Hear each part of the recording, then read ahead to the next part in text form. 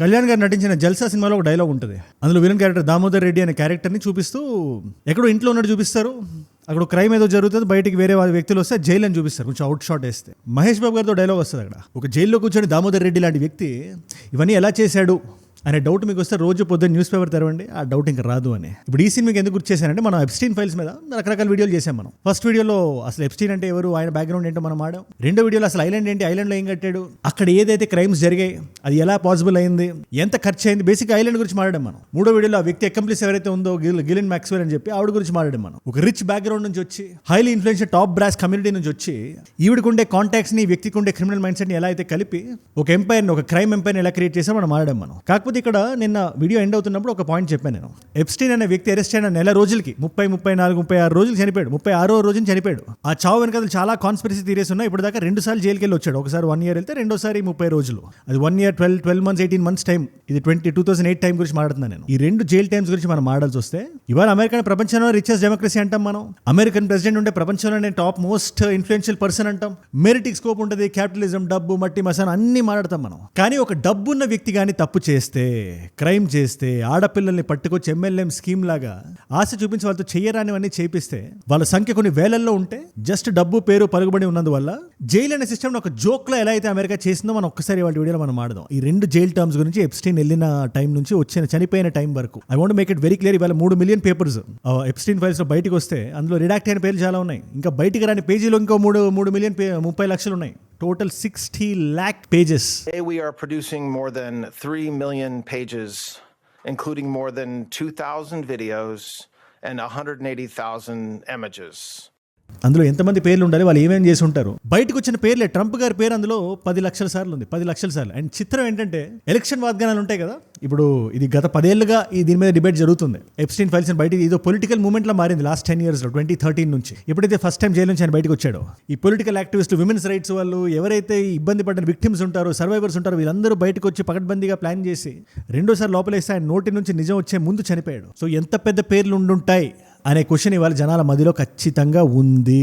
DJT గారి పేరే 10 లక్షల సార్లు ఉందంటే ఆయన ఎంత సాన్నిహిత్యం వహించుంటారు. అండ్ ఆయన ఎలక్షన్ టైంలో ఆయన చెప్తున్నాడు, నేను బయటికి తీసుకొస్తా, ఎవరెవరైతే డెమోక్రాట్స్ లో పేర్లు ఉన్నాయో వాళ్ళ పేర్లు నేను తీసుకొస్తా, వాళ్ళ ఇన్వాల్వ్ అయి ఉన్నారు. డెమోక్రాట్స్, రిపబ్లికన్స్, ఈ పార్టీ ఆ పార్టీ, ఈ దేశం ఆ దేశం అని లేదు ఇక్కడ. ఆ పేజెస్ లో ఉండే పేర్లు చూస్తుంటే ఎక్కడి నుంచైనా ఏ లీడర్ అయినా అట్లీస్ట్ ప్రస్తావించబడ్డారు లేదా డైరెక్ట్ గా ఇన్వాల్వ్ అయి ఉన్నారు. సో ఇంతమంది భయపడి 30-35 రోజుల్లో చంపేసిన వ్యక్తి ఏం చెప్పి ఉండొచ్చు, ఆ జైల్ టైం ఎలా గడిచింది, ఇవాళ వీడియోలో మనం మాడదాం. అండ్ ఇలా ప్రపంచం మొత్తం మాడుకునే టాపిక్స్ మీద ఉండే వీడియోస్ ని అందరికీ అర్థమయ్యేలా ఎక్స్ప్లెయిన్ చేస్తూ నా దగ్గర నుంచి మీకు రోజు ఒకటి వస్తుంది ఎవ్రీ సింగిల్ డే. అది ఇవాళ ఎప్స్టీన్ ఫైల్స్ మీద టాపిక్ అవ్వచ్చు, లేదా జియో పాలిటిక్స్ అవ్వచ్చు, మనకి లోకల్ గా జరిగే ఇష్యూస్ అవ్వచ్చు, మన ఆంధ్రప్రదేశ్లో, తెలంగాణలో ఎటువంటి టాపిక్ నైనా కూడా దాన్ని అందరికీ అర్థమైనట్టు క్లుప్తంగా ఎక్స్ప్లెయిన్ చేస్తూ మీకు రోజు రావాలంటే కింద కనబడే సబ్స్క్రైబ్ బటన్ నొక్కి పెట్టేసుకోండి.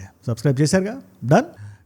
సరే, మీ కాంటెక్స్ట్ అంతా అర్థమైపోయింది కాబట్టి నేను ఫస్ట్ టైం జైలుకి వెళ్ళాడో ఈ జెఫ్రీ ఎప్స్టీన్ అనే విషయం మనం మాట్లాడాల్సి కొంచెం మనం వెనక్కి వెళ్ళాలి. ఫ్లోరిడాలో బేసిక్గా ఏం జరిగేది, నిన్న వీడియోలో మీరు వినే ఉంటారు. గిలిన్ మ్యాక్స్వెల్ అని చెప్పి, అగైన్ వినడం కోసం ఆవిడ ఎక్కడో UK ఆవిడ అమెరికా దాకా వచ్చి జెఫ్రీ ఎప్స్టీన్తో సాన్నిహిత్యం పెంచుకొని, మన ఇద్దరం కలిసికట్టుగా క్రైమ్ చేద్దాం అనుకొని రోడ్ల మీదకి వెళ్ళి ఆడపిల్లల్ని పిలిచి, బాగా అందంగా కనబడితే పెద్ద సెలబ్రిటీస్ ఉంటారు కదా, వాళ్ళతో దారుణాలు చేపించేవాళ్ళు. అలా చేపించేది ఒక్కటే కాదు, ఏ అమ్మాయిలు అయితే వీళ్ళు తీసుకొస్తారో వాళ్ళు MLM స్కీమ్ అని ఉంటుంది కదా, పిరమిడ్ స్కీమ్స్ ఉంటాయి.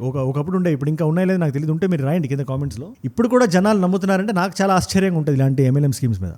ఎనీవేస్, ఈ MLMలో చెప్పినట్టు ఆడపిల్లల దగ్గరికి వెళ్ళి, మీకు తెలిసిన ఇంకో 3, 4, 5, 10 మంది, ఎంతమంది అయితే అంతమందిని తీసుకురండి, మనం ఫిల్టర్ చేద్దాం, వాళ్ళని తీసుకొస్తే మీకు బోనస్ వస్తుంది అని చెప్పి వాళ్ళు వచ్చిన వాళ్ళ దగ్గర వాళ్ళని ఇంకా తెప్పించి అలా కొన్ని 100,000 ఒక నెట్వర్క్ అయింది, ఒక సర్కిట్ అయింది. ఇలాంటి సర్కిట్ నుంచి ఒక అమ్మాయి వాళ్ళ తల్లిదండ్రులు ఫ్లోరిడాలో, ఇది 2005లో జరిగింది. నిన్నటి MCQ question is also this only, ఏ సంవత్సరంలో ఫస్ట్ ఆయన మీద కంప్లైంట్ వెళ్ళింది అని. So this is answer. 2005లో ఒక ఫ్యామిలీ వెళ్ళి ఫ్లోరిడా పోలీస్కి చెప్పారు. జనరల్గా అప్పుడు దాకా ఈ వ్యక్తి మీద కంప్లైంట్స్ వస్తున్నా, ఇక్కడ వస్తున్నా కూడా అంత ఇదిగా ఎక్కువ రాలేదు. కాకపోతే ఇది కొంచెం సెన్సిటివ్ అవడం వల్ల 14 ఏళ్ళ పాప, ప్లస్ వాళ్ళు ఈ మూవింగ్ ట్రక్స్ ఉంటాయి కదా, దాంట్లో బ్రతికే వాళ్ళు చాలా పేదవాళ్ళు. అది ఆ టైంలో అక్కడ సెన్సేషన్ అయ్యి పోలీసులు దాన్ని చాలా సీరియస్గా తీసుకొని వాళ్ళ పని వాళ్ళు చాలా అంతఃకరణ శుద్ధితో నిర్వర్తించి లాస్ట్కి పట్టుకున్నారు. ఆ వ్యక్తిని పట్టుకోగలిగారు, లోపలేయగలిగారు. ఒక 3-4 years తర్వాత 2008లో జైలుకి వెళ్ళాడు, జూన్ ఆ టైంలో. ఇక్కడ నుంచి నెక్స్ట్ 14-15 months ఎలా జరిగిందో మీకు ఒకసారి చెప్తే, చిన్న చూచాయి మీరు ఒకసారి చూడండి. జైల్ అనగానే ఫస్ట్ మనకి ఏమనిపిస్తుంది, కరెక్షన్ కోసం క్రిమినల్స్ లోపల తీసుకొచ్చి సెల్స్ లో కూర్చోబెట్టి వాళ్ళతో రకరకాల పనులు చేపించి, బేసిక్ గా బయట సొసైటీలో వీళ్ళు తిరగడానికి అర్హులు కాదు అని చెప్పి ఒక మీడియం కదా. ఒక జెఫ్రీ ఎప్స్టీన్ దగ్గర ఏం జరిగింది తెలుసా, 1 కాదు 2 కాదు, ఒక 5-6 చెప్తాను నేను లైన్ గా, మీరు షేక్ అవుతారు. మీరు ఇది జైలా, లాడ్జా, లేదా ఒక మనకి బాగా నచ్చని ఒక 5-star హోటల్ కానీ ఒక ప్లేస్లో ఒక వ్యక్తిని ఉంచితే ఎలా ఉంటాడు అలా ఉండేవాడు. ఇది గవర్నమెంట్ ఒప్పుకుందంటే ఇప్పటికీ it's very very very very surprising. Condition number 1, వీళ్ళు ఈయన తరపు లాయర్స్ ఎవరైతే ప్రపంచవ్యాప్తంగా ది బెస్ట్ లాయర్స్ని పెట్టుకుంటే వాళ్ళు వస్తారు కదా, వాళ్ళు అడిగిన కొన్ని పాయింట్స్ దానికి గవర్నమెంట్ ఎలా ఒప్పుకుందో మీరు చెప్తాను మీకు. కండిషన్ నెంబర్ 1, మా క్లయింట్ని 7 రోజుల్లో 6 రోజుల పాటు బయటికి పంపించాలి. మీరు సరిగ్గా విన్నారు, 7 రోజుల్లో 6 రోజులు బయటికి పంపించాలి వారంలో. అది కూడా గంటకో అరగంటకో కాదు, పొద్దున్న 10కి వెళ్తే రాత్రి 10కి రావచ్చు. ఇదే కండిషన్ నెంబర్ 2, 12 గంటలు వెళ్ళి రావచ్చు బయటికి. మిగతా 12 గంటలు ఏదో లాడ్జ్కి వచ్చినట్టు హోటల్కి వచ్చినట్టు పడుకోవచ్చు. జల్సా ఓపెనింగ్లో చెప్పాను కదా, దామోదర్ రెడ్డి టైప్లో. 3వ కండిషన్, మా వాడికి బయట ఆఫీస్ ఒకటి ఉండొచ్చు, ఆఫీస్ నుంచి ఆపరేట్ చేయొచ్చు అని చెప్పి. ఈ ఆఫీస్ మీద రకరకాల కాన్స్పిరసీ థియరీస్ కూడా బయటకు వచ్చాయి. ఫర్ ఎగ్జాంపుల్, ఏ పనులు అయితే అప్పటిదాకా ఒక టౌన్ హాల్లో లేదా ఎప్స్టీన్ ఐలాండ్లో చేసేవాడు, అదే ఒక చిన్న ఏ బిల్డింగ్లో అయితే ఆఫీస్ పెట్టుకున్నాడు అదే పనులు చేసేవాడు అని చెప్పి ఆఫీస్ అనేది బయటికి పేరని చెప్పేవారు. కానీ ఇది ఒక కాన్స్పిరసీ థియరీ. కానీ ఆఫీస్కి వెళ్ళి రావడం మాత్రం నిజం. నెక్స్ట్, ఇది మిగతా టైం ఉంటాడు కదా సండే పూట. ఈ సండే పూట ఈ వ్యక్తికి ఎంటర్టైన్మెంట్లో ఏం మాత్రం లోటుపాట్లు ఉండకూడదని చెప్పి ఆడపిల్లలు విజిట్ చేసేవాళ్ళు. జనరల్గా ఇలాంటివి జైల్లో జరగవు. బట్ అమెరికా, ఈ వ్యక్తికి డబ్బులు ఉంది, పేరుంది, పలుకుబడి ఉంది, లాయర్స్ ఉన్నారు, వాళ్ళు కండిషన్లు పెడతారు, దానికి వీళ్ళు ఒప్పుకుంటారు. ఎందుకు ఒప్పుకుంటారు నాకు తెలియదు, but still that's happening. And also ఇలా మరీ ఎక్కువ టైం కూడా ఉండలేడు కదా లోపల. 13, 14, 15 వాట్ ఎవర్ మంత్స్ అవి. June 2008, July 2009 is what I feel.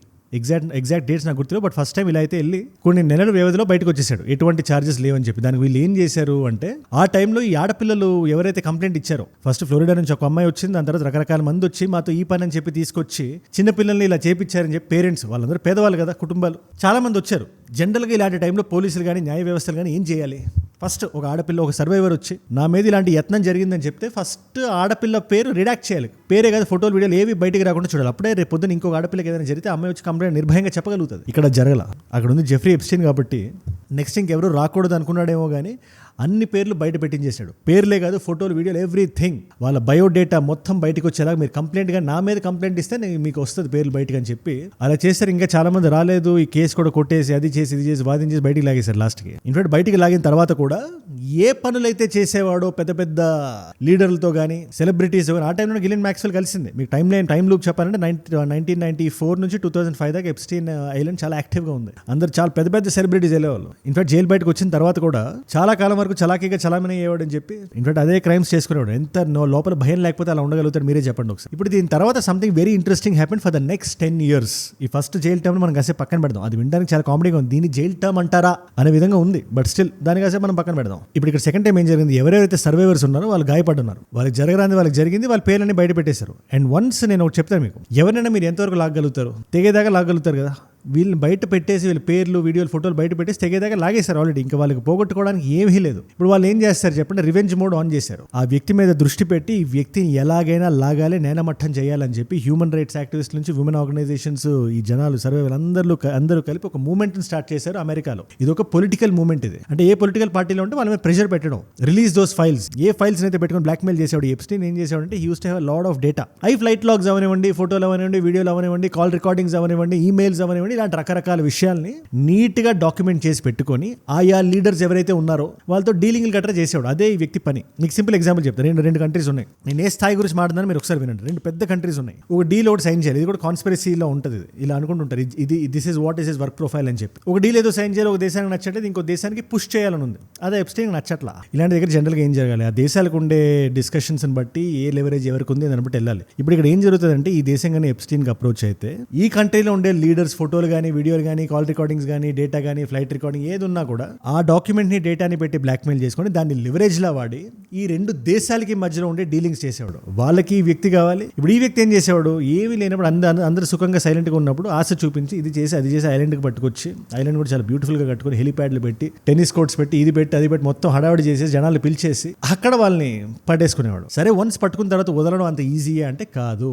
అదే జరిగింది ఇక్కడ. ఎనీవేస్, ఇంతమంది పెద్దవాళ్ళు ఇన్వాల్వ్ అయినారు కాబట్టి ఆ పేరు ఎప్పుడు బయటకు రాలేదు. అండ్ ఆల్సో వన్స్ ఒకవేళ బయటకు వచ్చినా కూడా టక్కన కట్టయిపోతే న్యూస్ అంత బయటకు వచ్చేది కాదు. ఇప్పుడు ఆడపిల్లలు ఎవరైతే వీళ్ళ దగ్గర విక్టిమ్స్ గా ఉన్నారో వాళ్ళు డైరెక్ట్గా వెళ్ళి ప్రెషర్ పెట్టేసరికి ఇంకా పాలిటిక్స్ లో అందరూ చెప్తుంటారు నెక్స్ట్ టైం అని చెప్పి డీజేటీ గారి టర్మ్ వచ్చేసరికి last term first DJT 1 Trump గారు ఫస్ట్ టర్మ్ వచ్చేసరికి లేదు నేను చేస్తాను అంటే చేయకపోయేసరికి రెండో టర్మ్ తర్వాత బైడెన్ వచ్చారు. బైడెన్ గారి మీద ప్రెషర్ పడేసరికి లేదు నన్ను కానీ ఈసారి గెలిపిస్తే నేను కానీ సెకండ్ టైం ప్రెసిడెంట్ అయితే ఎప్స్టీన్ ఫైల్స్ నేను రిలీజ్ చేస్తాను. అప్పటికి ఆయన మీద కూడా ఎలిగేషన్స్ ఉండేవి. ఈయన పేరు కూడా ఉంది, ఈయన కూడా ఫ్రెండే కదా. ఆయన వర్షన్ ఏంటి, లేదు నేను జస్ట్ బయట సోషల్గా ఫ్రెండ్, బాగా పేరుకు పలుకుబడి ఉండేవాడు అయితే నేను కూడా బాగా పేరుకు పలుకుబడి ఉండే వ్యక్తిని. నేను ఆ టైంలో 90s లో మీ ఎదురు సాన్నిహిత్యం ఉండేదని చెప్పి ఆయన చెప్పేవాళ్ళు. It's just very strange for a lot of people that the list of clients that went to the island has not been made public.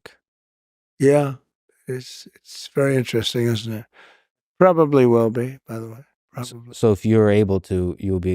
Yeah, I'd certainly take a look at it. Now, కన్క్లూజివ్గా నా మీద ఏం prove చేయలేరు కాబట్టి ఏవైతే files ఆయన దగ్గర ఉన్నాయో అవి రిలీజ్ చేస్తాను నేను అని. ఎనీవేస్ ఆయన చెప్పాడు కాబట్టి చాలా ప్రెషర్ పడింది.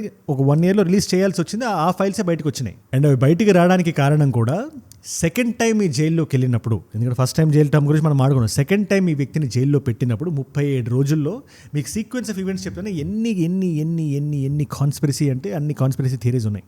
ముందు లోపలికి వెళ్ళగానే జెఫ్రీ ఎప్స్టైన్ అనే వ్యక్తి డైరెక్ట్గా చెప్పాడు, నా ప్రాణానికి భంగం ఉంది, నాకు స్పెషల్ వాచ్ కావాలి. స్పెషల్ వాచ్ అంటే బేసిక్గా ఎక్స్ట్రా కేర్ ఉంటుంది, దానికి డిఫరెంట్ సెల్స్ ఉంటాయి, బయట సెక్యూరిటీలు ఉంటారు, ఏం లోపల ఏం జరగకుండా. అలాంటిది పెట్టారు 3 days ముందు. ఫర్ సమ్ రీజన్ ఆయన ఏం అడగలేదు, వీళ్ళేం కాదని సడన్ గా కట్ అయిపోయింది. ఆ స్పెషల్ వాచ్ అనే ఒక ప్రివిలేజ్, లగ్జరీ కట్ అయిపోయింది. తర్వాత లోపల ఎవరైతే ఇన్మేట్స్ ఉంటారో వాళ్ళందరూ బయటకు వచ్చేసారు, బయటికి లాగేశారు. మూడోది సీసీటీవీలు ఏ రోజు పనిచేస్తున్నాయి, ఎందుకంటే జూన్ జూలై ఆ టైంలో 2019 అరెస్ట్ అయ్యాడు. ఇది ఆగస్ట్ టైం. ఇది సీసీటీవీలు అన్ని అవుట్, ఏ ఒక్కటి ఆ రోజు పనిచేయలేదు. ఇప్పుడు ఇది కాకుండా కార్నర్స్లో ఉండే సీసీటీవీలు ఉంటాయి కదా, ఎవరు వచ్చారో ఎవరు వెళ్ళారో ఉండేవి, అందులో ఉండే డేటా డిలీట్ అయిపోయింది. సరే ఇది కూడా ఓకే. లోపల అక్కడ గార్డ్స్ ఏం చేస్తున్నారు అంటే, గార్డ్స్ అందరూ, ఒకటి కాదు ఇద్దరు కాదు, అందరూ అదే టైంకి పడుకున్నారండి. మిగతా వారు ఇంటర్నెట్లో బిజీగా ఉన్నాడు, మాకు సంబంధం లేదు, మేము చూడలేదని చెప్పి ప్రతి ఒక్క గార్డ్ చెప్పాడు. Different from what we have been speaking of so far. This is a chilling claim now by a doctor from the Epstein autopsy report. Epstein was murdered, didn't kill himself. This is the claim that's now coming from a doctor who observed the autopsy. ఇదంతా జరుగుతుంటే parallel గా Jeffrey Epstein అనే వ్యక్తి 7 దొరికింది. టక్కన ఆయన ప్రాణం ఆయనే తీసేసుకున్నాడని చెప్పేశారు. ఆఫ్ కోర్స్ దాని మీద రకరకాల డిబేట్స్ నడుస్తున్నాయి, ఏంటి, ఎలా, ఎప్పుడు, ఎందుకు అని చెప్పి. బట్ అల్టిమేట్లీ జరగాల్సిందైతే జరిగింది. Anyways entire situation biggest take away ఏంటి, జనాలు ఏం క్వశ్చన్స్ అడుగుతున్నారంటే, బయటకు వచ్చిన పేర్లే ఇలా ఉన్నాయంటే, అందులో డీజేటీ గారి పేరు 10 లక్షల సార్లు ఉండే అంత స్థాయికి ఆయన ఉన్నాడంటే, బిల్ క్లింటన్ లాంటి వ్యక్తి ఉన్నాడంటే, స్టీఫెన్ హాకింగ్ లాంటి వ్యక్తి ఉన్నాడంటే, మన భారతదేశం నుంచి దీపక్ చోప్రా లాంటి వ్యక్తి ఉన్నాడంటే, మోదీ గారి పేరు కూడా ఉంది అంటే. So why does Prime Minister Modi's name appear? What do these emails actually say? What is the Indian government's response? And is this an evidence of రాని వారి పేర్లు ఇంకెన్ని ఉంటాయి అంటే, రిడాక్ట్ చేసి పెట్టారు, బయటికి రాకుండా 30 లక్షల పేజీలు పెట్టారు. వాళ్ళు ఎవరు, వాళ్ళు ఎంత పవర్ఫుల్ అయితే ఒక వ్యక్తిని జైల్లో చంపేసి ఇవాళ కూడా నిజం బయటికి రాకుండా కప్పెట్టేయగలుగుతారు. అందుకని ఇవాళ ప్రపంచం అడుగుతుంది, ప్రపంచం దీని గురించి మాట్లాడుతుంది. నేను సింపుల్గా చెప్తాను కదా, నా పాయింట్ కూడా అదే. ఇలాంటి మళ్ళీ జరగకుండా ఉండాలంటే ప్రపంచవ్యాప్తంగా అందరూ మాట్లాడాలి. And everybody should discuss and know as much as information బయట ఏదైతే పబ్లిక్ డొమైన్లో ఉందో. దీని మీద మీరు ఏమంటారు నాకు కింద కామెంట్స్లో ఖచ్చితంగా రాయండి. అండ్ జైల్ అనే system, America is the greatest of all time అని ఎవరైనా మాట్లాడుతుంటే, జైల్ సిస్టమ్ ఎలా అయితే అమెరికా అబ్యూస్ చేసిందో చెప్పడానికి జెఫ్రీ ఎప్స్టైన్ ఎగ్జాంపుల్ మీరు ఖచ్చితంగా తీయండి. ఇవాళ మల్టిపుల్ చాయిస్ క్వశ్చన్ మీ అందరికీ, జెఫ్రీ ఎప్స్టైన్ అనే వ్యక్తి చనిపోయిన డేట్ ఏంటి? Option A is July 31st, option B is August 2nd, option C is August 10th, option D September 1st. మీకు సమాధానం తెలిస్తే కింద రండి, తెలుసుకుందాం అనుకుంటే ఇన్స్టాగ్రామ్కి వచ్చేసేయండి. ఎందుకంటే ఇలాంటి టాపిక్స్ మాట్లాడమని మీరే అడుగుతున్నారు. In fact few of the comments are like, okay ఇదే ఫ్లోలో ఆ వ్యక్తి చనిపోయిన తర్వాత ఏం జరిగింది, తర్వాత జరిగిన డ్రామా ఏంటి అని. అగైన్ మీరు అడిగిన టాపిక్స్ ఇక్కడ వీడియోస్ రూపంలో వస్తాయి. అండ్ నా లైఫ్లో నా చుట్టూ జరిగే విషయాలు మీరు ఏం చూద్దాం అనుకున్నా, అండ్ ఇలాంటి క్వశ్చన్స్ ఆన్సర్స్ చూద్దాం అనుకున్నా definitely check it out. And by the way, aged global unfiltered and we have 2 other channels. Global ఛానల్లో నా కైండ్ ఆఫ్ కాంటెంట్ మీరు ఇంగ్లీష్లో చూద్దాం అనుకుంటే డెఫినెట్లీ సబ్స్క్రైబ్ చేసి పెట్టేసుకోండి. అండ్ మీరు ఇక్కడ దాకా ఈ వీడియోలో వచ్చారంటే నా వీడియోస్ మిమ్మల్ని లాకట్టుకుంటున్నాయి, ఒక వాల్యూ పొందుతున్నారు. Thank you so much for that. మీరు ఇస్తున్న వాచ్ టైం రిటెన్షన్ ఉంది కదా, ప్రాణం పెట్టి నన్ను పనిచేయడానికి, రోజు నిర్భయంగా నిర్మోహమాటంగా మాట్లాడడానికి నన్ను ప్రేరేపిస్తుంది, ప్రోత్సహిస్తుంది. దానికి మీరే నా ప్రేరణ, యో మై ఇన్స్పిరేషన్. ఇన్ఫాక్ట్ మీరు ఇలా చూడడం వల్ల ఎంతమంది కొత్త వాళ్ళకి రీచ్ అవుతుందో తెలుసా. అలాంటి కొత్త వాళ్ళు మీరు కానీ ఉంటే, నేను వీడియో పెట్టగానే మీ దగ్గర రావాలంటే మీరు ఏం చేయాలి, కింద కనబడే సబ్స్క్రైబ్ బటన్ నొక్కి పెట్టేసుకోండి. సబ్స్క్రైబ్ చేశారు, డన్. మీకోసం నేను వీడియోస్ పెడుతున్నా ఇదే జెఫ్రీ ఎప్స్టైన్ థాట్ మీద. గిలెన్ మ్యాక్స్వెల్ అనే లేడీ గురించి మీరు తెలుసుకుందాం అనుకుంటే, ఎందుకంటే ఆవిడకి కూడా చాలా పెద్ద హస్తుంది, ఆవిడ పేరు అంత బయటికి రాలా, ఆ వీడియో ఇక్కడ ఉంది. లేదు ఎప్స్టైన్ ఐలాండ్ లో ఏం జరుగుతుంది, ఎలా జరిగింది, వాట్ హ్యాపెండ్ అని తెలుసుకుందాం అనుకుంటే, ఐలాండ్ ఎలా కన్స్ట్రక్ట్ అయింది అంటే ఆ వీడియో ఇక్కడ ఉంది. అప్పట్లోనే $7-8 million పెట్టి కొన్న ఐలాండ్ అది, క్యూబా దగ్గర ఎక్కడ ఉంది, అమెరికన్ ఐలాండ్. మీకు ఏ వీడియో ఇంట్రెస్ట్ ఉంటే ఆ వీడియో చూడండి. నేను మళ్ళీ మిమ్మల్ని రేపు కలుస్తా. మనందరం కలిసి పెరగాలి, కలిసి ఎదగాలి. Let us all grow together. Let us all rise together. Rise above ignorance. Rise above arrogance. Rise above hate. ఏ చూడంటే మనం. జై హింద్, జై భారత్, జై ఆంజనేయ. ఓం నమః శివాయ.